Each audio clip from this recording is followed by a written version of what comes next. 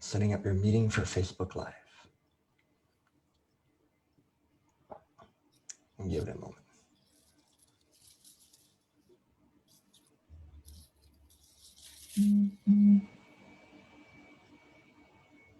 All right, it says we're live on Facebook. Yay! Amazing. We did it. Hey, Julia. So welcome to the Insight Cafe, where we have lots of fun and interesting conversations about whatever comes to mind, and we do fun explorations. And so I'm going to introduce you. So I've been preparing my intro all night. Right. All right. So I'd like to welcome my dear friend, Julia Panchkowry, the founder and CEO of the Banana Warrior. And to me, well, first and foremost, everybody needs to know she makes the best damn vegan banana bread in the whole country, hands down.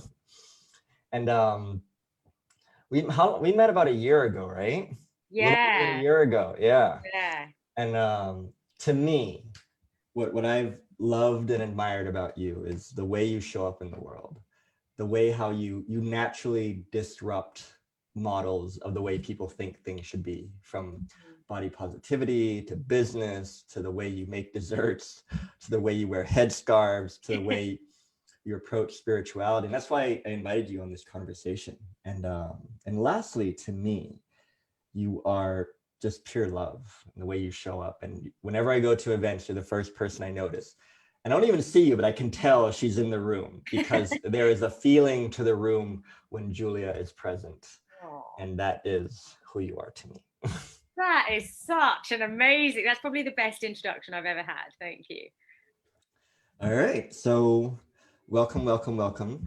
And we're gonna talk about so many juicy things today: vegan desserts, spirituality, business, and headscarves. So how are you doing? What's happening? I'm good. Yeah, lots going on, lots of big transitions going down at the moment. And you know, just stepping into all of that with as much grace and strength and power as I can.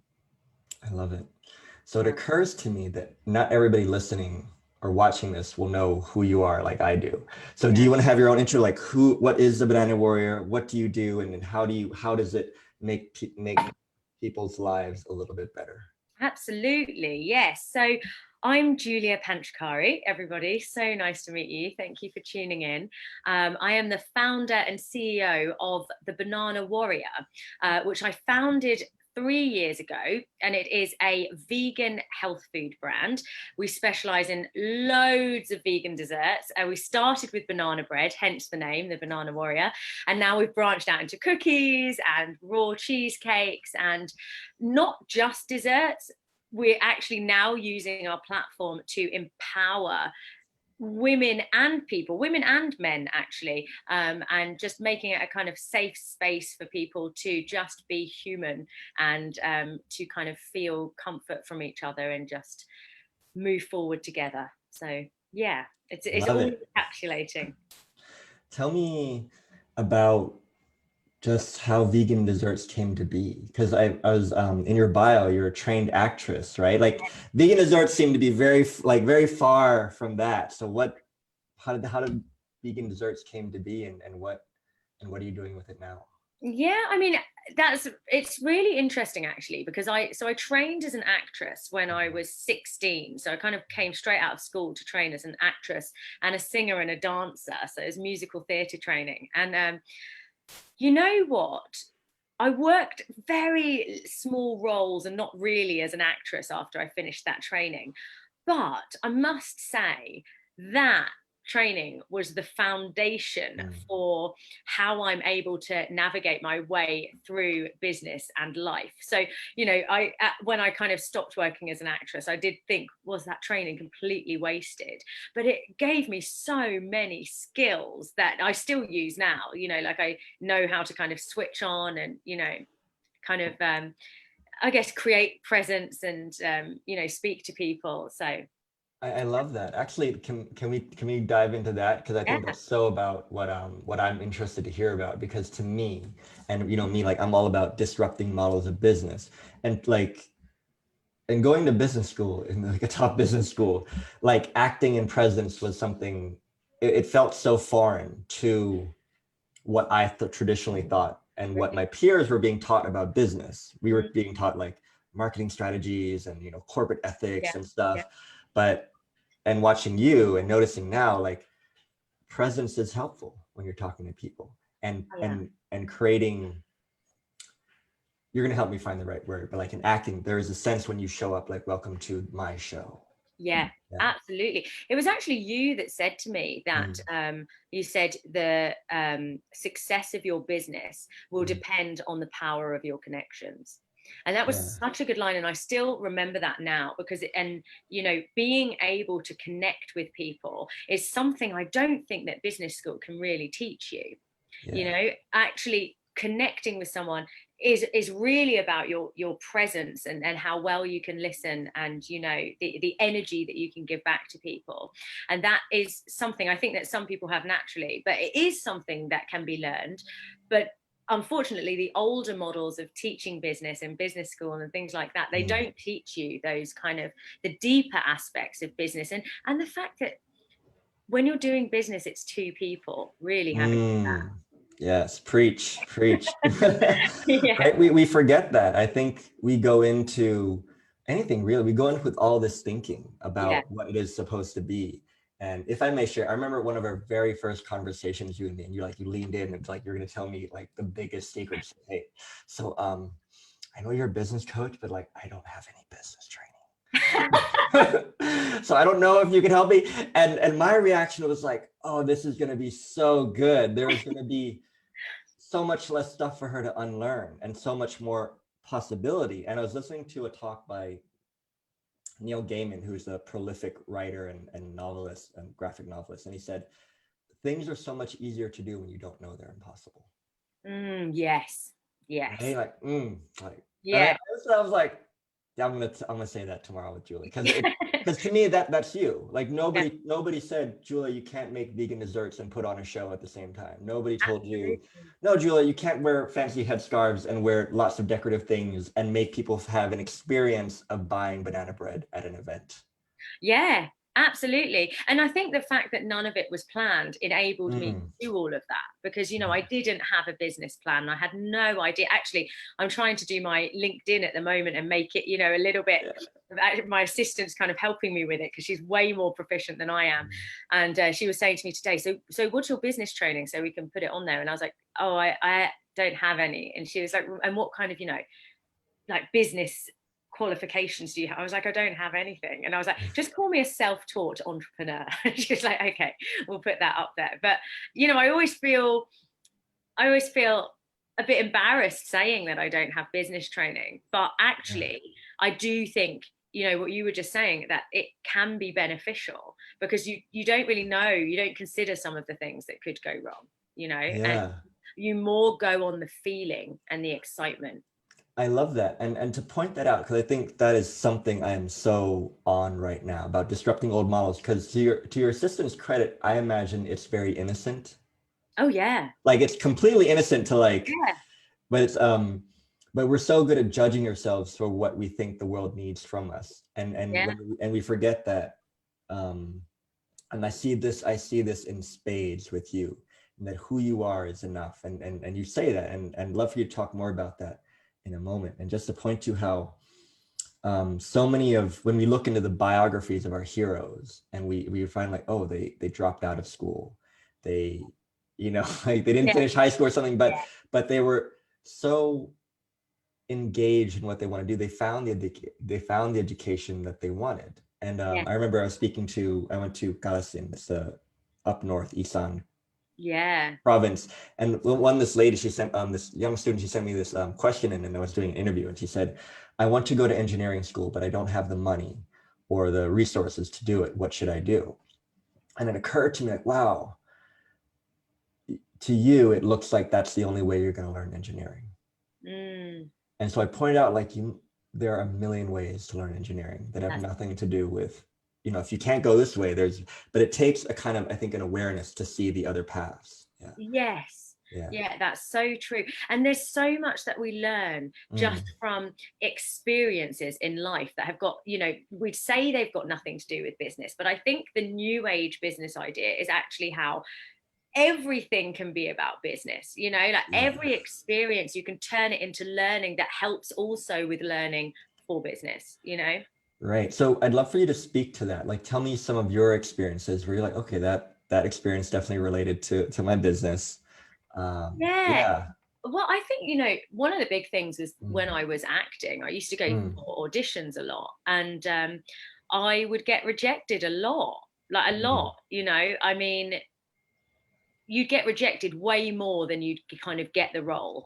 And I just became, at first it was really upsetting, and it was like quite painful, and I was young as well, you know, so it was quite hard to deal with. But then you genuinely get to a place where you don't mind about rejection anymore. I mean, it's still a little bit of a sting, of course, and, you know, creates a little bit of a feeling, but it's not scary anymore, you know. And so that was one of the big things with business. Like, I didn't feel that scared, you know, going up to restaurant owners and going up to, you know, people that owned companies and saying, you know, how would you feel about selling banana bread? Especially, and I didn't even really have a company then, but you know, I thought to myself, well, they could say no, but no doesn't mean that much to me now, you know. As when I was younger, no was upsetting and scary, and like, what did that mean about me? But I know that no doesn't mean that it's the end, and no doesn't mean that you're not a good person and that you can't succeed.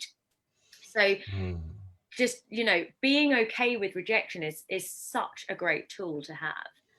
And I've seen you do that in your work, meaning the way you lovingly disrupt the world with your ideas and things you say, like about body positivity. Like, I'd love for you to speak about that, because I know that's a big thing for you. And also how natural, I mean, when we first started working together, you've sort of spoke about using your business as a platform to empower other people, but now it's full blown. Like, you do sunset chats, and I tell people, like, you know, when we first met Julia, she just thought she was selling banana bread, but she was way much more. Now she talks to celebrities and influencers on her podcast, and she's influencing people. I'd love for you to speak to that. Yeah, I love that. I love that. You know, really, when I first started, my kind of ambition was to have a strong voice, you know, and I've always had a strong voice, but to have a voice that people wanted to listen to, you know. And I didn't know that vegan desserts might be the kind of segue into that, but it has been, and I'm really happy about that, you know, because I have a lot to say, I feel like. And you know, it's just I feel like I've gained strength in my life from different experiences, and I really have felt strongly like I've always wanted to share that in some kind of way. What I'd love for you to speak to that. Where did that come from for you? What inspires you to speak about things like body positivity and empowering women? Like, what's the come from with that? Well, you know, I think, you know, when I was back at theatre school when I was 16, honestly, the incredible amount of eating disorders that I saw when I was there was so strong. And I remember, you know, when I was there thinking, there's something really wrong with this, you know, that you know, I was only 16, but I thought, this doesn't feel right. This doesn't seem right. And, you know, and I also had an eating disorder too. And it was so normalized, and that was a really sad thing about it, you know, that not liking your body and constantly wanting to change yourself, sadly, in the performing arts world is very normal. And when you change your body, like when you lose weight, or when, you know, there's plastic surgery or things like that, you're very, very celebrated. And I remember losing weight, and it was like I was a celebrity overnight, and I'd only gone down 2 dress sizes. But, like, you know, the pressure that creates in someone is so negative. And I saw these wonderful women growing up, and those were like my, you know, like when I was turning into a woman, like 16 to 20 is when you're kind of just turning into a very young woman. And I saw these incredible women with outstanding talent really hating on themselves because they'd been taught to hate their bodies and to hate themselves, and that was normal. And it was just really sad. And, you know, and I've seen that carry on with them, you know, throughout their careers, and some of them are still acting and you know, doing things in London. And again, you know, it's just that because they were taught that was okay, they've just stuck with that pattern. And it's really, I've learned that you can rewire that. And I've also learned the amount of power that you have as an individual when you overcome things like that. You know, when you can not just focus on what you're eating and what your body looks like, but when you can focus fully on business and fully on your passions and your hobbies, the difference that that power has is remarkable. You can do so much more with your life when you're not focusing all the time on something that's ever changing anyway. So yeah. I think we created this live podcast just for that. And we're only 19 minutes in, so we're just gonna I loved every single bit of that. And something you said really shout out to me. So one of my mentors, Mike O'Neill, he talked about how normal is a far cry from natural.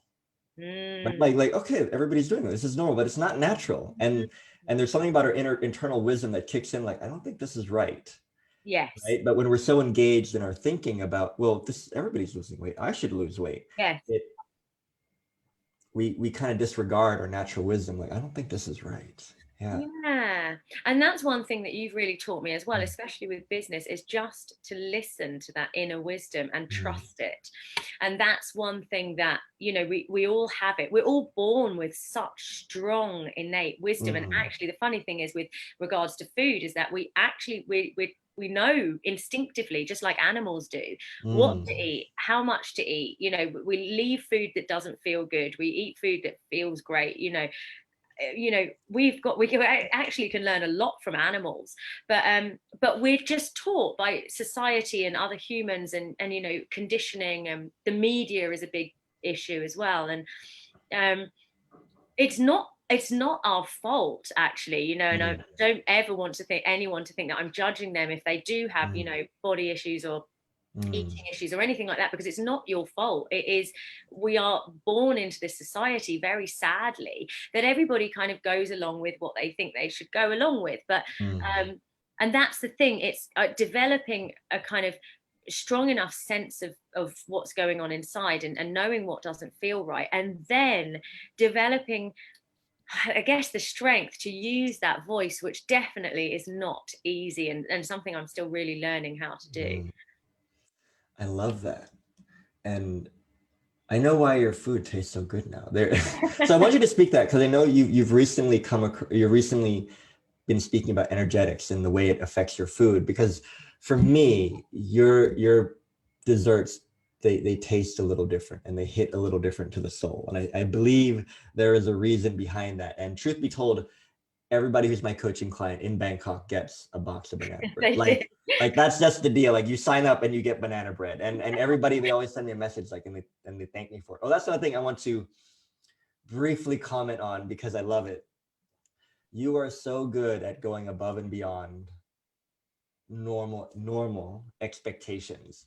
When you get a box of Julia's desserts, there are flowers, there is a card, there is glitter, there's gold leaf sometimes if you're lucky, and it's just so much love. It's so much more than just desserts. So I'd love for you to speak to that. What inspires that? And tell me about the energetics that goes into your food. Yeah, I mean, I've always loved creating food, and when I create food, I've noticed that some food tastes better than other food, and I was questioning that. Why does, you know, this dish that's got exactly the same ingredients in it taste different again, you know, to the next day you do it? And I genuinely do believe that we infuse food with our own energy, and you know, food in its most natural form is alive, right? And so it does take in energy, and it's getting the energy from the sun, and so it is, you know, and then it reacts with your body. It's meant to react with your body chemically. So I really do believe that. And I think I remember kind of getting, you know, if I ever get packages, it's the reason we order things online is to really get the excitement of receiving something new. And then when it comes, it is exciting and it brings a little value to our life. Otherwise, why would we order these things? You know, a lot of the stuff we're ordering online isn't stuff that we really desperately need, right? We don't really need that much. But it's about the experience of ordering that thing. Even going into a shop, you love going into some shops more than going into others, because we are humans and we're just craving these lovely experiences and just to feel special. And there's a lot in this world that can make us feel unspecial and unloved. And, you know, I feel like if we can create love in any way with, like, you know, products and words and energy, we're only just putting out more love into the world, and that will definitely always come back round, you know, to you. But so there's that, but there's also the fact that I just really love making things look really nice. Like, even the food on my plate, like my dinners, I don't always take pictures, but I mean, I'm very proud of what my dinner looked like, and I'm making it for one, you know, and I just like love just that, like, you know, like I make my own headbands, and like my house just is filled with plants and feathers, and I just enjoy it. I love that. You're gonna be like everybody's favorite auntie. Like, we all want to hang out with the house with feathers and headscarves, and like you go to Julia's house, we come back with like henna tattoos and like so true, exactly. I love that. It almost, and what occurs to me, it's like, oh, I wonder if Julia was inspired by that through her acting, because acting very much is an experience for the audience, right? And so food can be an experience as well. Very true. That's a good point, actually. I tell you what I was inspired by. I remember when I was 16 walking into the acting school, and it was my first day. And, you know, I was a little 16-year-old girl, and, you know, I was dressed as a 16-year-old. And I remember the teacher saying to all of us in class, you know, right, that's enough of looking normal now. She said, she said, you know, you could be called for an audition any day. And she was like, you need to look your best every single day. And that was a blessing and a curse, right? You know, because actually sometimes, you know, we've spoken about as well, you don't need to, you know, look your best every day, and you don't have to be your best every day. Like, you are allowed to be human too.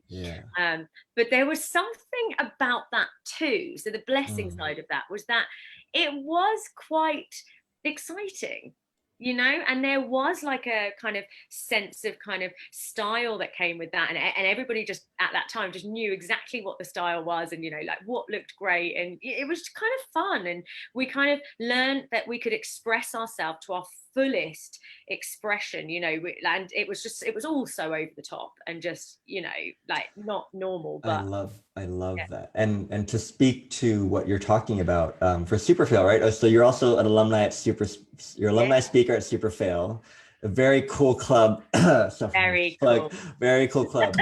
Remember we had like a Tony from Mahanakan Beer, and he showed up in like a t-shirt and jeans, and he's always showed up to all the events like that, but he's so real. And we kind of gravitate towards that realness, right?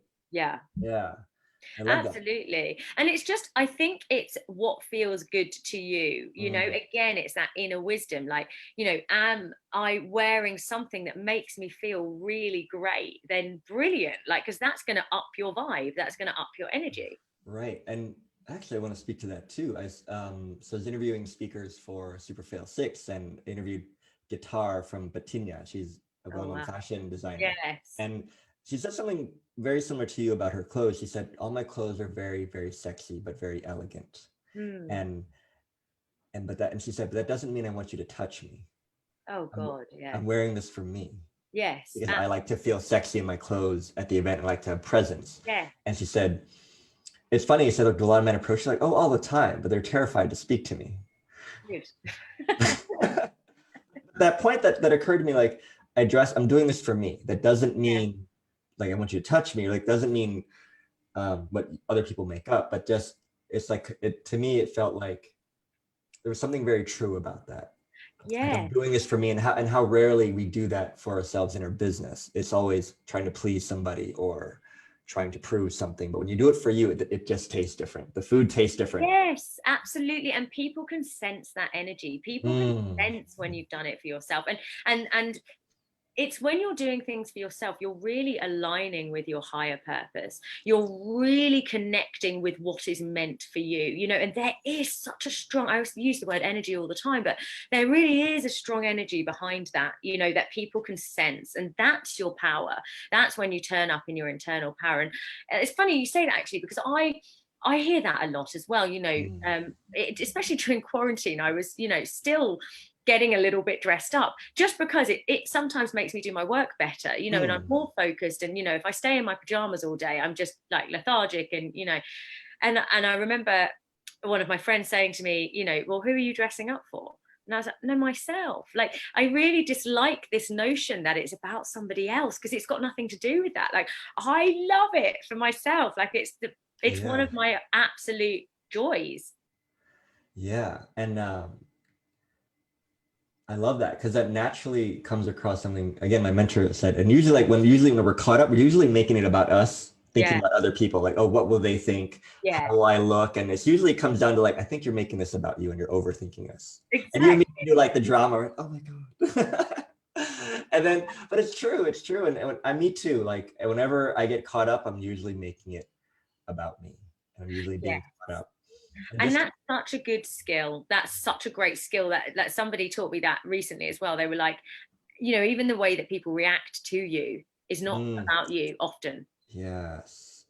And how to know that we're all really living in our separate realities. Like, we can be in a room of 30 people and people have 30 different experiences of us. Like, that blew my mind. So like, hold up.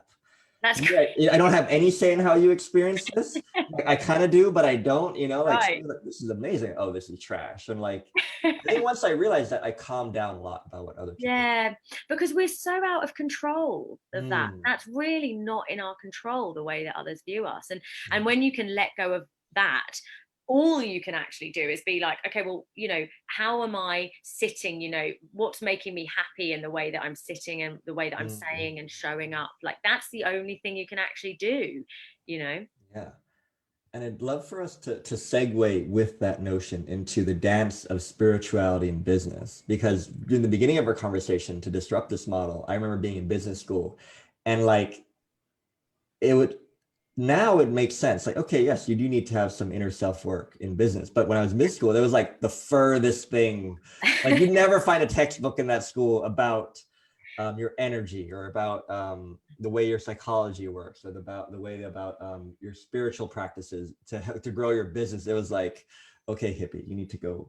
We don't do that here in this very highbrow school, you know? Yeah. But now I'm like, you should have it there. Like, this is needed, you know? Like, a little bit of soul in this business. So I'd love for you to share, for you, what have you seen about spirituality and the way it dances with your business, or the way you dance with spirituality in your business? Yeah, do you know, I'm so glad you asked that, because I was thinking this morning about what I wanted to say today, and actually that is one of the things. So manifestation is such a big part of my business, and I think I'm kind of misunderstood a little bit when I talk about manifestation and business, because a lot of my business was built on manifestation. But I think that sometimes the way that people view manifestation is like this kind of simple practice where you just think about what you want, and it's like waving a magic wand and then it's there. So like control, right? It's like, if I can control this shit. Yeah, exactly. One of my most favorite posts by you, and I still tell people about it today. It was during COVID. You said, excuse me, none of this was on my vision board. What the fuck? I was like, so true. Like, what? Yeah, exactly. But like, you know, with manifestation, it is not just deciding what you want and then snapping your fingers and it's there. It's so much. It's actually really hard work, manifestation.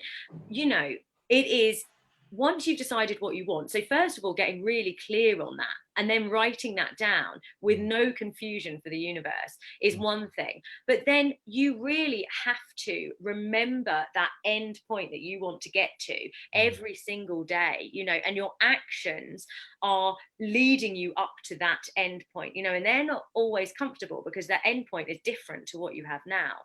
And with manifestation as well, you have to put yourself in a very high vibration in order to receive high. And that means making yourself feel the best you can possibly feel. And that also means not complaining too much and not speaking negatively too much. And that's hard, because you know, we want to let off steam, you know, and we want to kind of complain about things and get stressed and get irritated sometimes. And I'm not saying that that has no place, because sometimes that's necessary too, but there are definitely ways of doing that. And sometimes you have to say to yourself, okay, if I'm going to sit here and complain for a minute now, I am going to lower my vibration a little bit for today. And do I want that? Because really, is what I'm complaining about and getting frustrated with in this moment, is that going to even matter when I get to what I'm trying to manifest? Yeah, and to speak to that and to go deeper to that, for me, what I've seen for myself is there's the word gentle comes to mind. Like, and something you said was very important. You said, to me at least, you said complaining and having a really shitty day does have its place. And for me, I used to fear those days, like, oh my God, my vibration is lowering. And then I learned at some point that I can be gentle with myself during those days, and that it's almost like they're kind of a natural part of the ups and downs, right? Absolutely. And I learned that when I'm gentle with myself and I'm not as judgy about myself, about my feelings, it hits a little bit different, and things tend to work out. So I had this thing where I was watching this Korean series called "It's Okay Not to Be Okay." Love it. I had this really hard cry about being lonely, about like, I'm gonna forever be alone. This life's terrible, and blah blah blah. But it was weird because it was so satisfying. Yeah. And I was like, why is this satisfying? This, like, my models of emotions were being disrupted. Like, why is crying and being super sad satisfying? And talked to another mentor, Lynn Robertson, and she said that when you can really feel emotion without judging it, it's still pure. It's not plus or minus, it's just pure aliveness coming through you. And to link back to your manifestation, it's like, what if even those low things are part of the high things, because it's just aliveness, you know, it's just aliveness coming through you. And I said to someone, like, I'd hate a world without a sadness or despair, because we'd have no good love songs. We'd have like shitty happy movies all the time. Like, we're on drugs, you know. And I think, I don't know where I was going with that, but to me, it felt like it's a part of the manifestation thing. It's a part of like, when you finally get there, you're like, oh my God, this tastes so good. Like, I had to go through all this shit to get here. You know what, as well, actually crying and letting things out is so important, because you like that's you're actually doing that in order to get to a higher vibration. Like, you know, ignoring pain or ignoring things that are going on within the body is not high vibration. You know, that's not that is kind of placing something on top of it. That's placing something on top of it. And actually, what's funny is that I think that crying and pain gets a really bad rap because it's uncomfortable, right? Preach. Yeah, but like, it's actually as necessary an emotion as, you know, happiness and laughter. But we wouldn't know what happiness and laughter was if we didn't know what pain and tears were. You know, like, if we felt like that all the time, it would just be really normal. Right. And I love to, and as long as, while we're disrupting things, right? Like I think what you said, a lot of people get wrong, or not wrong, they misunderstand about manifestation is you're not allowed to feel bad. You're not allowed to feel sad. And it's the most natural thing in the world. It's so natural. And honestly, if there is healing to be done, and actually every day there's some healing to be done, like, we can have actually very small traumas throughout the day, you know, even somebody like beeping their car really loudly at us can shock us sometimes, and, you know, sometimes take us a little bit. There is healing, daily healing, that needs to go on. It's a necessary part of being a human being. And healing is so positive, because really, when you're giving yourself time to feel pain and cry, you're saying to yourself, I really care about what's going on inside, and I really care about, you know, nurturing myself and nurturing that and respecting that, and that puts you naturally on a higher vibration as well. Like, doing what's right for you puts you on a higher vibration. I love that. And to go back to disrupting models of business, I think there's, well, especially what I grew up with, like, I had this image of what business was, and nobody ever cried in business. Nobody ever was vulnerable in business. And I learned that, and to what you just said, is when you give yourself permission to be real in your business, you give everybody else in the room to be real too. And that comes from Barbara Patterson, who said that. And that's what Super Fail is based on. It's you put a lot of really high-powered people in a room, and you give them full permission to be as real as they want. Yeah, wow. and like the vibe, it's like when you take your hand off the cork and the cork just naturally rises in the water, right? Like the vibe, and you Yeah. can feel it. It just tastes a little bit different.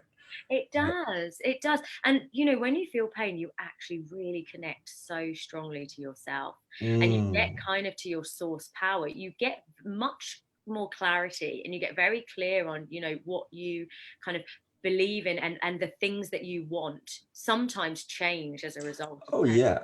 Well, I'll go first and you go, right? Like, what is something that has been really painful for you that has made you super clear on what you want? For me, um, I think, yeah, it's like watching this Korean drama series called "It's Okay Not to Be Okay," and it's based on a brother, and he has a brother with um, learning difficulties, or he has autism, and everybody in the show has their own psychiatric disorder, and that's what the show is about. It's about bringing to the front about mental health, which I love. And I just saw how lonely it was. It was so painful, but so satisfying. And I realized no, Nikon, like you can pretend to be all strong and shit, but you really love people and you really don't want to be Yeah. alone. And you really have a lot to give to someone or a partner.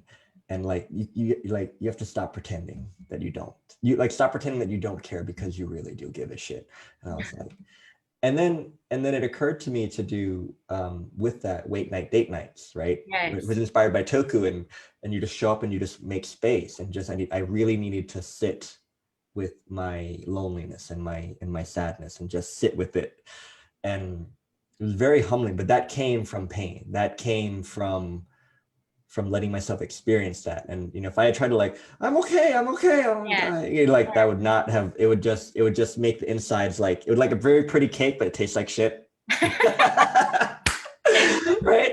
So many people walking around like this beautiful cake, but it tastes like shit because all this, Looked great though. yeah, all this stuff inside is like, just like, I don't want to say rot, but like, Yeah. it's just, you know, Bitter. I'd love for you to speak to that. Like, what's been your thing? Yeah, well, I'm so glad you shared that actually, because it just when you were speaking, I was thinking, yeah, because you know, when we are feeling something that's uncomfortable, it's also a way of processing, and it's a Mm, necessary part of growth, you know, to kind of mm, move forward. Um, I guess, you know, there's two things actually that I'd like to say here. So mm, one of them is, when I first moved to Thailand, I had such a hard time settling in. I really, and you know, like I hear people say that, you know, they've had hard times too. So I wonder if people know what I'm talking about. But it was, I was surprised at how hard it was, you know, and I missed home like mad. And every mm, time I spoke to my family, I would cry, you know, and I've considered moving home so many times, but I thought to myself, if you move home, what are you saying to yourself? That mm. you cannot live abroad, you know? And it was one of the things I'd wanted to do for such a long time. Yeah. So I was like, no, come on, you have to stay. And I remember kind of sitting in that pain and thinking, gosh, I don't have the same friends as I had. I didn't feel like I had a community.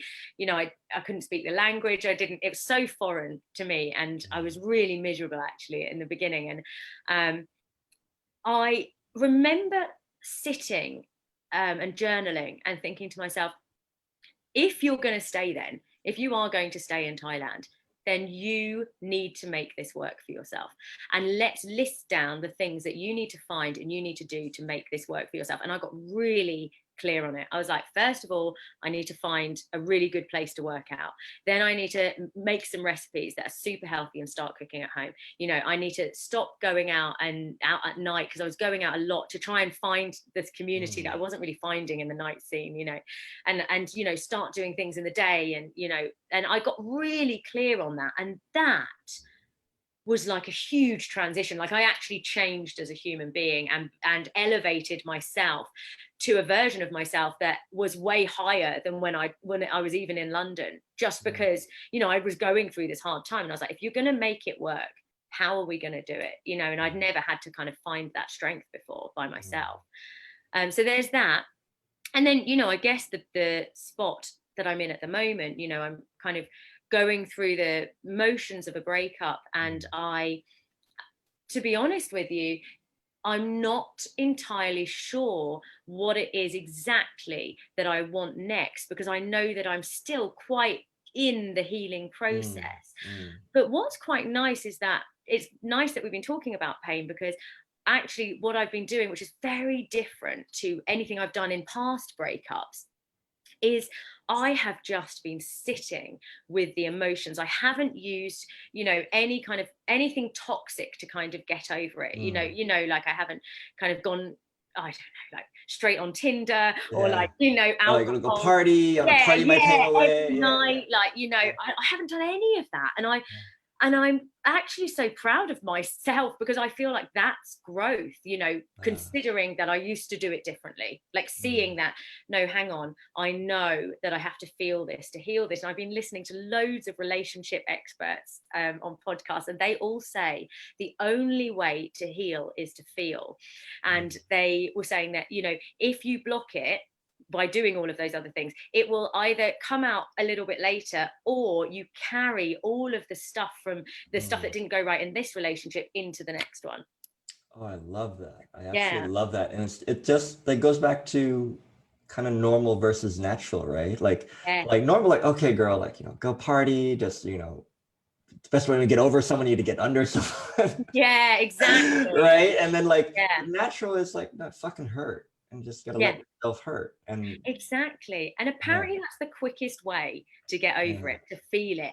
And I, again, no judgment to anyone who might be going through a breakup, because I really know that, like, I've done it the other way before as well. And it's not nice. It's not like, it's not fun to sit on your own and cry and not know when the tears are going to stop, and not know what's coming next, and to suddenly feel really alone, because I'm not sure what's next, but I do know that I'm still vibrating high and attracting high, and I do know that it will come. I really trust that. Isn't it wonderful that you can be in the depths of pain and still know that, like, you still have wisdom, and life is still moving, I don't want to say in your favor, but like, it's still like, stuff is still happening for you, and there's space and humanity in it to have shitty days and be in pain, and have that not, and the thought that comes to mind is like, oh, okay, I can be human and my business won't fail. I can be human and people will still buy my banana bread. Absolutely. And it's the thing is, as well, as what I'm really learning through pain is I am gaining a stronger relationship with myself, that I am like, it almost makes me emotional, because I really feel like I found more love for myself, because I'm comforting myself so much, Right. And nurturing, which is so important. And going back to pointing to wisdom, I wonder if for you, like, that was one of the only ways you could have felt that depth. And for me, it was the same. Like, I didn't know I could feel that deeply. Absolutely. I mean, it's nice to know that you can feel that deeply. And the other thing I wrote in my journal the other day was that, I think one of the issues with us grieving is that we get worried and scared that what we had is all that's going to come, Yes, preach. Yeah. And it's like, hang on a second, but what if there's more to come? And if we really believe that there's more to come, and that is like, I remember a lot of our conversations were based on, well, what if there was more? What if there's more to see here, based on what we're reacting to? And to shout out an acknowledgement to you, this is probably the healthiest conversation I've ever had about pain ever. Yeah. I'm so right. If you think about it, like, this is the most healthiest exploration of pain and business and being human.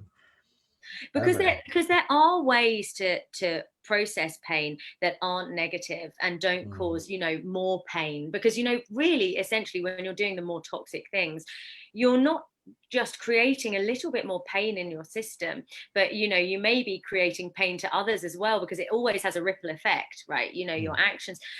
It's just knowing that there are always healthier ways of feeling the same things, like acupuncture, massage, like cacao, banana bread, like there's a lot of things that you can do. And to go back to point to disruption, right? Because that's what we're doing. We're disrupting things. How in business we're not as trained to deal with fuck ups and pain. Yeah. We're more trained to control things, and that's just not the way business works. Shit happens. No, it Yeah. is, exactly. But also pain, it brings you, it's actually quite good for the ego. I mean, it kind of It's very humbling, right? Very disrupts your ego. humbling. Yeah, it really does. I have this story. It's like, oh, 𝐀𝐿 thinks he understands this, and God's like, hold my beer, Jesus. I gotta hold my beer. I'll be right back. 𝐀𝐿's on a high horse at the moment. It's so funny. And you kind of do get to a place in a relationship which you must, I guess, remember not to get to. Like in my next relationship, I definitely don't want to, where you kind of think, you've got the relationship, you've got the life, and you've got, the ego's there. And it's actually brilliant. It's so good to be humbled in life, and because it really, actually from a humbled state is a much more gentle, peaceful, loving state, for yourself. When you said that, I got goosebumps. I'm like, oh. Yeah, I really love it. Do you know what? I wanted to just read you something that my friend sent me, if that's okay. I don't know if please you do that on your podcast. Yes. But she sent it to me the other day, and it spoke to me. It's just about breakups. It was amazing. Okay. It's just very short. It says, "Be thankful for every heartbreak, for they were planned. They come into your life just to reveal another layer of yourself to you and then leave. Their purpose is to shake you up, tear apart your ego a little bit, show your obstacles and addictions, break your heart open so new light can get in, make you so desperate and out of control that you have to transform your life, and you do." Oh, goodness me, that is beautiful. Can you send that to me? I'll post it in the comments. That is so beautiful, and there's so much truth to that, and that relates to everything, not just relationships but business, but the way you do life. Somebody asked me, like, what's, like, as an athlete, like, what's the biggest break you've had? And like, my heart. It's like, oh, I didn't know you could break your heart. Like, did it hurt? I'm like, like, no, like, I had my heart broken. Like, I did taekwondo, and I lost like national championships the first round for 5 consecutive years. Like, it broke my fucking heart. But then that hurt that hurt more than any bone or muscle or ligament, whatever. Yeah, it does. It does, and it probably takes the longest to heal. Yeah, and like, going back to disruption, like, we haven't been trained.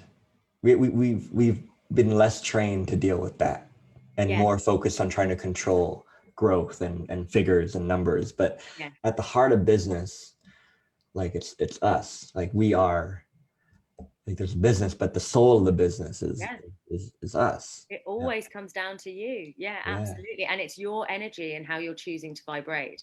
That will be the nature of your business. Right. And so we're coming up on the hour. So to finish this on a high note, tell us about the headscarves. We need to know about the headscarves. Yeah, do you know what? It's so funny. I was thinking about, I guess my style the other day, and I remember my mum buying me a pair of flares, like proper 70s flares, when I was about 12, and saying, right, I think you should go to your disco in these flares. But they weren't cool then, and it wasn't cool. And I was like, I don't think so. Like, I knew my friends would laugh at me, but they looked great, but they weren't like in fashion, and they weren't what everybody was wearing. But I remember my mum being like, so what? Like, just go if you like them and they look great. And I went and I wore this pair of platforms as well. And I know that people were laughing at me and like, what are you doing? But it was just that, like, fearless attitude of, like, if you like it, it's really all that matters. And so with headscarves, I once saw a lady actually at a market in Brick Lane in London wearing a headscarf. A beautiful woman, and selling. I don't even remember what she was selling. I just remember her, and I was like, that looks amazing. I was like, how do you do it? And she showed me. And I remember walking away and being like to my friend, do you think I could ever get away with that? And she was like, yeah, of course, like, try it. And I don't know, like, when I stepped into my power in Bangkok, like, in a way I've never done before, I thought, fuck it. Oh, sorry, can we swear? You can say fuck fuck as much as you want. Brilliant. I was like, fuck it, I'm just gonna wear the headscarf. I'm gonna do all the bloody things that I wondered if I could do in London. I'm doing them now. I love it. I love everything about it. And it's like natural branding, right? And they, like, you go to a market, like, oh, Julia, like the headscarf. And all of that was so unplanned, but it's just brilliant. So I love it. Oh, I love it. Well, I've loved every single bit of this conversation. It's so juicy, so filled with love and insights, and I loved how we spoke about pain and healing and how much that is a part of what we call life and business and growth. And so before we go, I'd love for you to plug the shit out of your business. What are you doing? Where can we find you? How good your vegan desserts are. Like, just sing it, sister. Okay, brilliant. Well, guys, so if you are in Bangkok and want to order some delicious vegan desserts, you can do on our website, which is www.thebananawarrior.com. We're also on Instagram as the.banana.warrior. So we usually showcase all of our new delicious creations.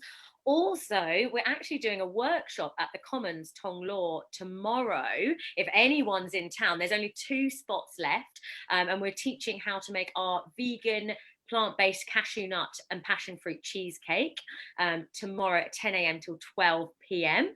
And also we're doing an event, actually. We're going to be at Broccoli Revolution this Saturday. Broccoli Revolution is actually having a relaunch on Sukhumvit 49. Huge relaunch, looks amazing in there. We're going to be on the top floor selling all of our products all day, 10 a.m. till 10 p.m. I think that might be it for now. Yeah.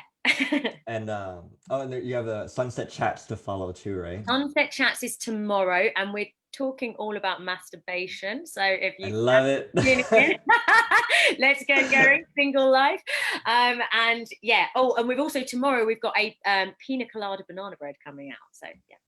I love it. I love everything about this. And on my part, I just want to let you know how lucky Bangkok as a community is to have Julia Panchkowry. You are a light and a loving disruptor in the best possible ways, and I can't wait to see what you create with your love and grace. Yeah. Thank you so much. And do you know what, 𝐀𝐻𝐿? Same to you. I am so grateful for having you here. I absolutely love talking to you. That was one of the best podcasts I've ever done. And I'm on episode like 25 of my live podcast. And honestly, like, it's just been such a natural, lovely chat. So thank you for your energy and your wisdom and your brilliance. I love it. You're so welcome. And I will see you at your events, and I will continue sending your banana bread to all my clients so they can experience the love. Amazing. Thank you so much. Bye. Bye.